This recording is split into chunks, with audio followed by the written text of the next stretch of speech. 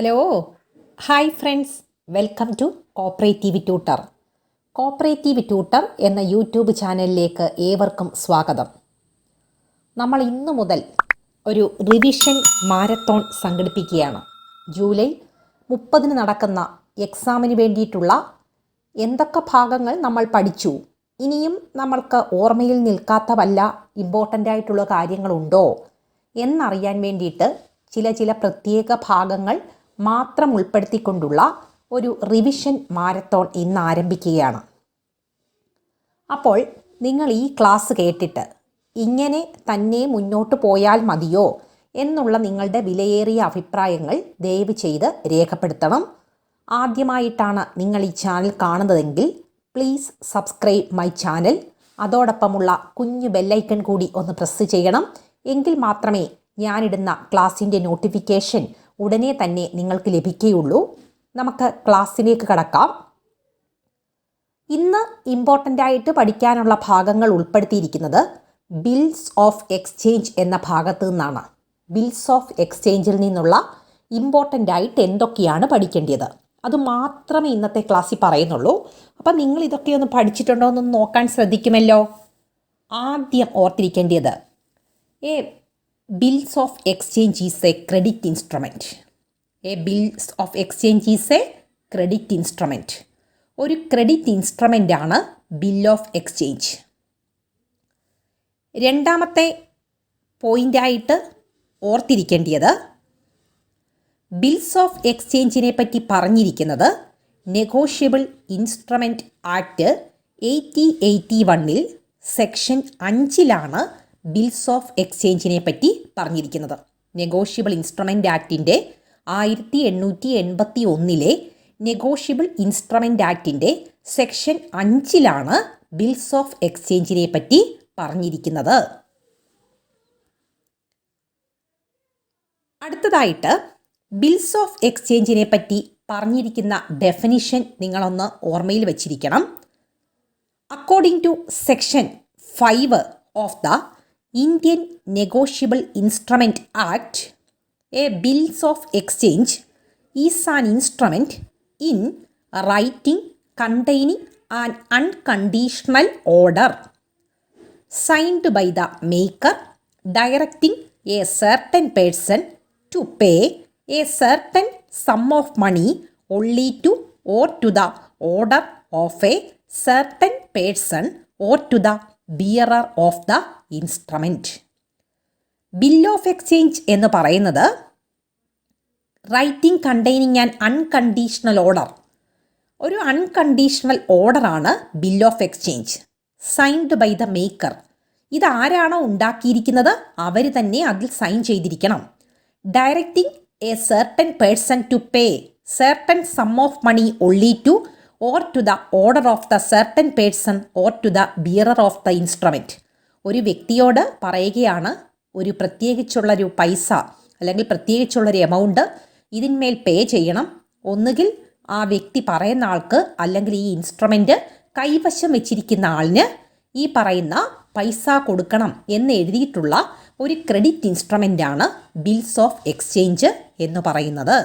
അപ്പോൾ bills of എക്സ്ചേഞ്ചിനെ പറ്റി പറഞ്ഞിരിക്കുന്ന ഡെഫിനിഷൻ ഒന്ന് ഓർത്തിരിക്കണം. എന്നാന്ന് വെച്ച് കഴിഞ്ഞാൽ വേറൊന്നുമല്ല, കോപ്പറേറ്റീവ് ഇൻസ്പെക്ടറിൻ്റെ എക്സാമിനും പ്രോമിസറി നോട്ടിൻ്റെ ഡെഫിനിഷൻ തന്നിട്ട് ഇതെന്താണെന്ന് ചോദിച്ചപ്പോൾ ഏറ്റവും കൂടുതൽ ആൾക്കാർ എഴുതിയത് ബിൽസ് ഓഫ് എക്സ്ചേഞ്ച് ആണ്. അപ്പോൾ ബിൽസ് ഓഫ് എക്സ്ചേഞ്ചിനകത്ത് അൺകണ്ടീഷണൽ അണ്ടർടേക്കൺ എന്നല്ല കൊടുത്തിരിക്കുന്നത്, അൺകണ്ടീഷണൽ ഓർഡറാണ് ബിൽ ഓഫ് എക്സ്ചേഞ്ച്. അപ്പോൾ ആ അൺകണ്ടീഷണൽ ഓർഡർ എന്ന് പറയുന്ന വാക്കുണ്ടെങ്കിൽ അതെന്താണ്? ബിൽസ് ഓഫ് എക്സ്ചേഞ്ച് ആണ്. അടുത്തതായിട്ട് നമുക്ക് പഠിക്കേണ്ടത് parties of bills of exchange ആണ്. ബിൽസ് ഓഫ് എക്സ്ചേഞ്ചിൽ എത്ര പാർട്ടീസ് ഉണ്ട്? വളരെ ഇമ്പോർട്ടൻ്റ് ആയിട്ടുള്ള കാര്യങ്ങൾ മാത്രമേ പറയുന്നുള്ളൂ. ബിൽസ് ഓഫ് എക്സ്ചേഞ്ചിൽ ഉള്ള പാർട്ടികളാണ് 3 പാർട്ടികളാണ് ബിൽസ് ഓഫ് എക്സ്ചേഞ്ചിൽ ഉൾപ്പെടുത്തിയിരിക്കുന്നത്. First one drawer, second one drawee, third one payee. ആരാണ് drawer? The person who draws or writes the bills is called drawer or maker. The person who draws or writes the bill is called a drawer or maker. ആരാണോ ഈ bill എഴുതി തയ്യാറാക്കുന്നത് ആ വ്യക്തിയെ നമ്മൾ വിളിക്കുന്ന പേരാണ് ഡ്രോയർ അല്ലെങ്കിൽ maker. The drawer must be the seller or creditor to whom money is owing. എന്താണ്? ഡ്രോയർ തീർച്ചയായിട്ടും ഒന്നുകിൽ സെല്ലർ ആയിരിക്കും അല്ലെങ്കിൽ ക്രെഡിറ്റർ ആയിരിക്കും.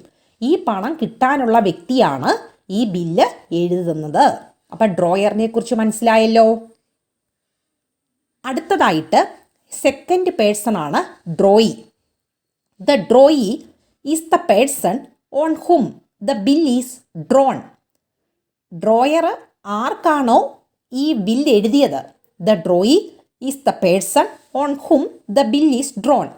He is purchaser or debtor who is ordered by the drawer to pay the amount. Bill of exchange പഠിച്ചപ്പോൾ നമ്മൾ പറഞ്ഞായിരുന്നു, ഒരു വ്യക്തിക്കൊരു ഓർഡർ കൊടുക്കുകയാണ്, നിങ്ങൾ തീർച്ചയായിട്ടും ഈ പൈസ കൊടുക്കണമെന്ന്. അങ്ങനെ പൈസ കൊടുക്കാൻ ആരാണ്? മേക്കർ അല്ലെങ്കിൽ ഡ്രോയർ ഓർഡർ ഇടുന്ന വ്യക്തിയാണ് ഡ്രോയി എന്ന് പറയുന്നത്. അപ്പോൾ ഹീ ഈസ് ദ പർച്ചേസർ, ചിലപ്പോൾ പർച്ചേസർ ആകാം അല്ലെങ്കിൽ ഡെപ്റ്റർ ആകാം. അടുത്തത് payee. The payee is the person to whom the payment of the bill is made on maturity date.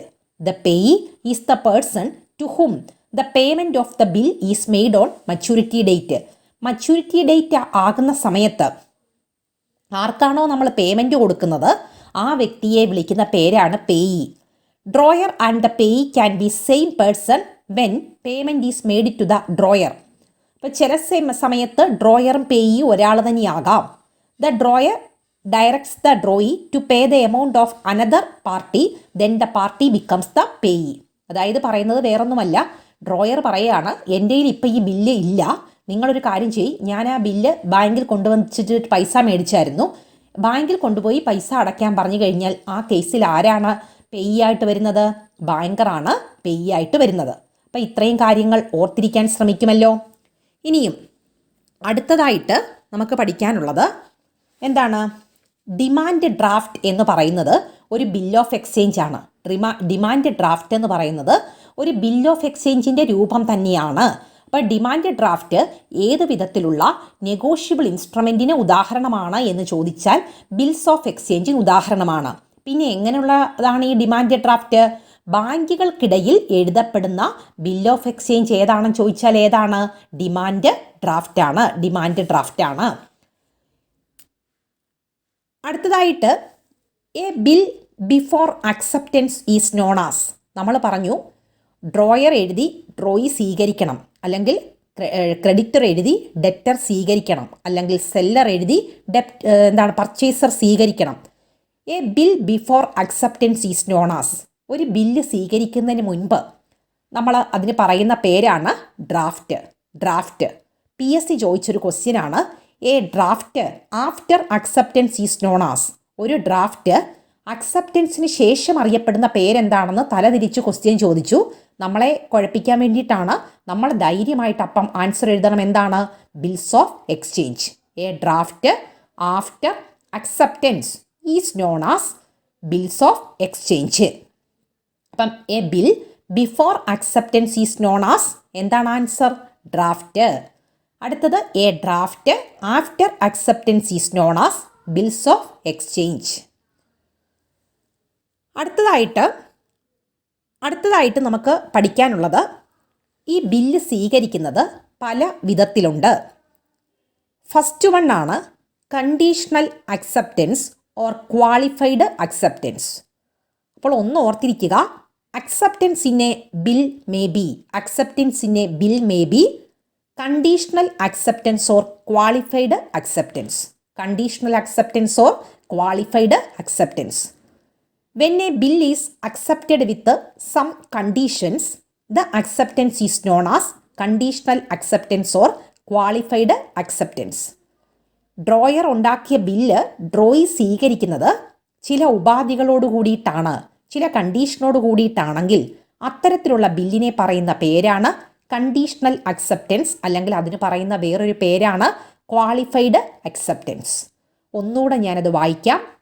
When a bill is accepted with some conditions, the acceptance is known as conditional acceptance or qualified acceptance.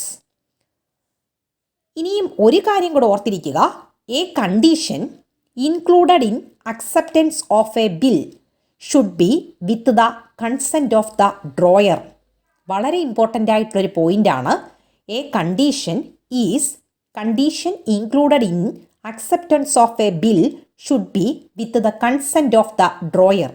തീർച്ചയായിട്ടും drawee condition വെക്കുമ്പോൾ ഇത് തീർച്ചയായിട്ടും ആരുടെ കൺസെൻറ്റോട് കൂടിയിട്ടായിരിക്കണം? ഡ്രോയറുടെ കൺസെൻറ്റോട് കൂടിയിട്ടായിരിക്കണം. A condition included in acceptance of a bill should be with the consent of the drawer. അടുത്ത അക്സെപ്റ്റൻസ് ആണ് general acceptance or unqualified acceptance. General acceptance or unqualified acceptance. An acceptance without any condition. യാതൊരു വിധത്തിലുള്ള കണ്ടീഷനും ഇല്ലാതെ bill എഴുതി കൊടുത്തപ്പോഴേ സ്വീകരിക്കുകയാണെങ്കിൽ അത്തരത്തിലുള്ള അക്സെപ്റ്റൻസിന് പറയുന്ന പേരാണ് general acceptance or unqualified acceptance. General acceptance or unqualified acceptance. ഇത്രയും കാര്യങ്ങൾ മാത്രമേ ഞാൻ റിവിഷൻ മാരത്തോണിൽ ഫസ്റ്റ് ക്ലാസ്സിൽ ഉൾപ്പെടുത്തുന്നുള്ളൂ. കാരണം എന്താണെന്ന് വെച്ചാൽ സ്ലൈഡുകൾ ഉണ്ടാക്കുകയോ നോട്ടായിട്ട് എഴുതി കാണിക്കുകയോ ഒന്നും ചെയ്യുന്നില്ല. ഇമ്പോർട്ടൻ്റ് ആയിട്ടുള്ള പോയിന്റുകൾ കേട്ട് മനസ്സിലാക്കാൻ വേണ്ടിയിട്ടാണ് ഈ റിവിഷൻ മാരത്തോൺ ഞാൻ സംഘടിപ്പിച്ചേക്കുന്നത്. അപ്പോൾ എല്ലാ ഭാഗത്തുനിന്നും ബിൽസ് ഓഫ് എക്സ്ചേഞ്ച് തുടങ്ങിയതേ ഉള്ളൂ. ബാങ്കിങ്ങിൻ്റെ സെൻട്രൽ ബാങ്കിങ്, നെഗോഷ്യബിൾ ഇൻസ്ട്രുമെൻറ്റിൻ്റെ ബാക്കിയുള്ള ഇൻസ്ട്രുമെൻറ്റ്, ഇതെല്ലാം കൂടെ ചേർത്തിട്ടുള്ള ക്ലാസ്സുകൾ 30-ാം തീയതിക്ക് മുൻപായിട്ട് നിങ്ങളുടെ കൈവശം എത്താൻ ഈ ഒരു മാർഗം മാത്രമേ ഞാൻ നോക്കിയിട്ട് കാണുന്നുള്ളൂ. ഇതിനെക്കുറിച്ചെല്ലാമുള്ള ഡീറ്റെയിൽഡ് ആയിട്ടുള്ള ക്ലാസ്സുകൾ ഓഗസ്റ്റ് 1 തന്നെ നമ്മൾ സ്റ്റാർട്ട് ചെയ്യും. നിങ്ങളുടെ വിലയേറിയ അഭിപ്രായങ്ങൾ കോപ്പറേറ്റീവ് ട്യൂട്ടർ എന്ന വാട്സപ്പ് ഗ്രൂപ്പിൽ ജോയിൻ ചെയ്തിട്ടുള്ളവർ അതുവഴി അറിയിക്കുക. അല്ലാത്തവർ തീർച്ചയായിട്ടും നിങ്ങളുടെ അഭിപ്രായം അറിയിക്കുക. നിങ്ങളുടെ അഭിപ്രായങ്ങൾ നിങ്ങൾക്ക് മനസ്സിലാകുന്നുണ്ടെങ്കിൽ മാത്രമേ എനിക്ക് ഇതും കൊണ്ട് മുന്നോട്ട് പോകാൻ പറ്റത്തുള്ളൂ. ഞാൻ നോട്ട് എഴുതി സ്ലൈഡ് ഉണ്ടാക്കി മാത്രമാണ് ക്ലാസ്സുകൾ ഇടേണ്ടതെങ്കിൽ അത്തരത്തിലുള്ള ക്ലാസ്സുകൾ ഇടുമ്പോഴത്തേക്ക് കുറച്ചധികം ദൈർഘ്യമായി പോകും. അതുകൊണ്ടാണ് ഒരു ക്ലാസ്സിൽ പരമാവധി ഇത്രയും കാര്യങ്ങൾ ഉൾപ്പെടുത്തിയിരിക്കുന്നത്. ഈ ക്ലാസ് ഇഷ്ടപ്പെട്ടാലും ഇല്ലെങ്കിലും നിങ്ങളുടെ വിലയേറിയ അഭിപ്രായങ്ങൾ കമൻറ്റ് ബോക്സിൽ കൊടുക്കുക. അതിൻ്റെ അനുസരിച്ച് ക്ലാസ്സിൽ മാറ്റങ്ങൾ ഞാൻ വരുത്താം. ഇത്തരത്തിലുള്ള ക്ലാസ്സുകൾ സ്ഫുടമായിട്ടും വ്യക്തമായിട്ടും പറഞ്ഞു തന്നാൽ മതിയെന്നുണ്ടെങ്കിൽ നമുക്ക് ക്ലാസ്സുകൾ പെട്ടെന്ന് ക്യാച്ച് ചെയ്യാൻ പറ്റും. ഇത്തരത്തിലുള്ള ഈ ഒരു ബിൽ ഓഫ് എക്സ്ചേഞ്ച് പഠിച്ചു കഴിയുമ്പം ഇതുമായിട്ട് ബന്ധപ്പെട്ട മുഴുവൻ ക്വസ്റ്റ്യൻസും ഞാൻ ഈ ഭാഗത്ത് പറയുകയും ചെയ്യും. എന്ത് വേണമെന്ന് നിങ്ങൾ തീരുമാനിച്ചിട്ട് അഭിപ്രായം അറിയിക്കുക. Thanks for watching.